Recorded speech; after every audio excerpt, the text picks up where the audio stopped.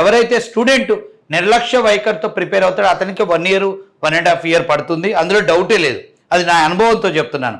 కాబట్టిగా ఈ యొక్క అతి తక్కువ ఉద్యోగాలున్న గవర్నమెంట్ జాబుల ఆశతో లక్షల మంది మన తెలుగు విద్యార్థులు ఆ యొక్క ఊబిలో ఇరుక్కొని తమ యొక్క విలువైన సమయాన్ని వృధా చేసుకుంటున్నారు. ఒక సాఫ్ట్వేర్ టీచర్గా నేను కొన్ని వందల మంది నా దగ్గరికి వచ్చి మేము 10 ఏళ్ల క్రితం డిగ్రీ అయిపోయింది, ఈ 10 సంవత్సరాలు కానిస్టేబుల్ ఎస్ఐ జాబులకు మేము ప్రిపేర్ అయ్యాం, నోటిఫికేషన్స్ ఇవ్వలేదు, వెదురు చూస్తున్నామంటే అది నేను ఒక విధంగా నేను చెప్తున్నానంటే మనకు అవగాహన లోపం ఉండొచ్చు, ఇది మనదే తప్పు, మనం ఎవరిని నిందించేది వద్దు.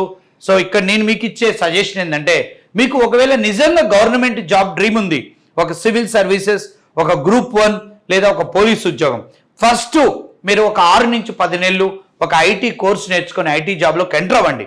ఎంటర్ అయిన తర్వాత మీ యొక్క ప్రిపరేషన్ ఆపొద్దు, మీరు ప్రిపేర్ అవ్వండి. మీరు జాబ్ చేస్తూ ఈ వీకెండ్స్లో ప్రిపేర్ అవుతుండండి.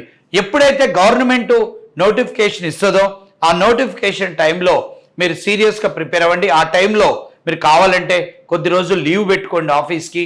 మరీ సీరియస్ అనుకుంటే అప్పుడు ఆ యొక్క జాబ్కి రిజైన్ చేయండి. కావాలంటే ఒక 2 months resign, 3 months 4 months break తీసుకొని రిజైన్ కొట్టేయండి.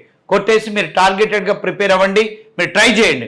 ఒకవేళ ఆ జాబ్ వచ్చితే ఓకే, రాకపోతే మళ్ళీ return back to IT companies and again attend interviews, get in to IT job. So ఈ విధమైన ప్రయత్నం చేయండి. ఎందుకంటే మనకి గ్రూప్ 1, గ్రూప్ 2, గ్రూప్ 4 అనేది మీరు ఒక 5 సంవత్సరాల గవర్నమెంట్ పీరియడ్లో గవర్నమెంట్ ఒక నోటిఫికేషన్ ఇస్తుంది, 2 నోటిఫికేషన్లు ఇస్తుంది, 3 ఇస్తుంది, కానీ 300 నోటిఫికేషన్లు ఇవ్వలేదు. ఎందుకంటే అన్ని గవర్నమెంట్ ఉద్యోగాలు అనేది వేకెన్సీ ఉండదు. ఈ విషయాన్ని మనం గమనించాలి. సో మనకి ఒక విషయం అర్థం చేసుకోవాల్సింది ఏంటంటే ఒక 20 సంవత్సరాల 15-20 సంవత్సరాల క్రితం ప్రభుత్వ ఉద్యోగాల క్రేజ్ ఉండటం అది వేరు. బట్ ఇప్పుడు ఇది టెక్నాలజీ యుగం, ఇది ఐటీ యుగం, ఇది సాఫ్ట్వేర్ యుగం.